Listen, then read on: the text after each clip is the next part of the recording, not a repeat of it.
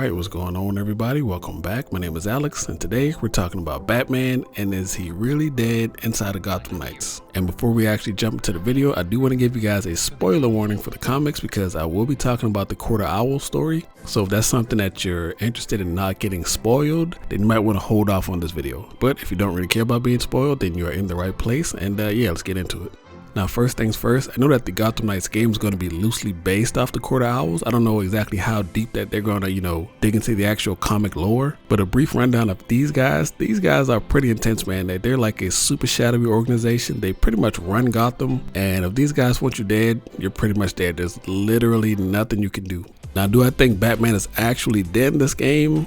Yes. But do I think Bruce Wayne is dead? No. And I'm going to tell you why.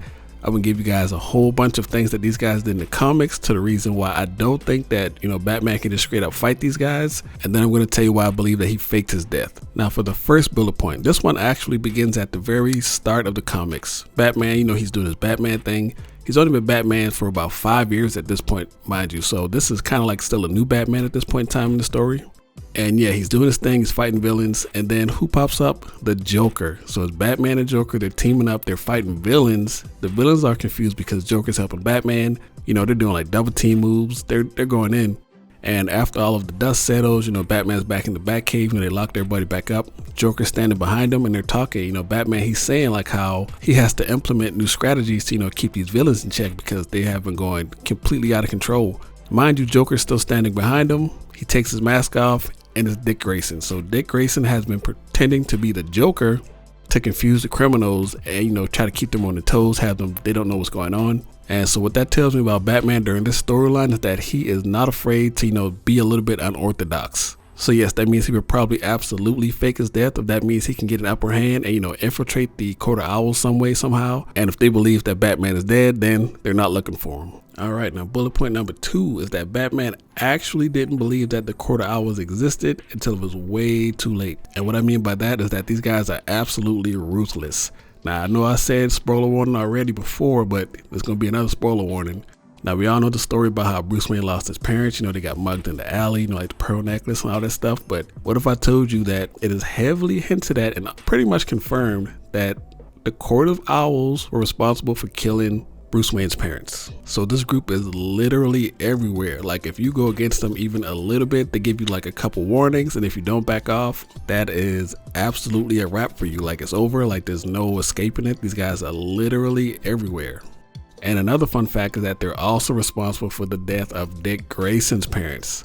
There's also a plot twist with that as well. I may as well talk about that right now. Dick Grayson was pretty much born and bred to become Talon inside of the Court of Owls. And then the Talons, they're pretty much zombies that get reanimated after death to become, like the assassins. So it's crazy.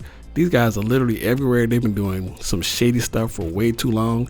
And my guess is that in the story, Batman is just like, yo, there's no way I could take these guys on head to head. So I'm going to put out the SOS beacon to all my sidekicks, have them take care of the city while I infiltrate the Court of Owls and, do my thing. And I'll apologize to them later after, I take these guys down. Now, the last point is pretty important because this is probably going to be the catalyst for everything. And that is that the Court of Owls actually found out who Batman was. And on top of that, they actually captured Batman. And we don't know exactly how long they had him before he woke up. So it's pretty safe to say that they took a peek underneath the mask to see who it was if they didn't already know by that point. And when they caught the boy Batman, they did him pretty dirty, man. They locked him inside of this crazy like labyrinth maze area. And then they had this super high beam that they would just shine on him, just blind him. They locked him in there for like close to a week. He couldn't sleep because it was too bright. He had no food. He was just wandering around, just super lost. And then when he was at his lowest point, they legit jumped him. This Talons came out of nowhere, stabbed him in the back. I mean, it was bad. Batman was getting his ass whooped. I mean, thrown against the wall. There was blood everywhere. It was pretty rough. Like they had this crazy fight. Batman still won because, it's Batman, but he barely got away. But at that point, it literally didn't matter because they already knew who he was. So what did they do next? They attacked him at his house, bro. It was crazy. There were like 4 or 5 Talon assassin guys trying to take him out. But of course, it's Batman being Batman. He got this crazy Iron Man Batman suit and he just like bodied them all, just took them all out. So you guys can clearly see what we're dealing with here. There's obviously no way to take these guys on head on. You got to be super sneaky, especially because this next point, this is how 4D chess these guys are playing.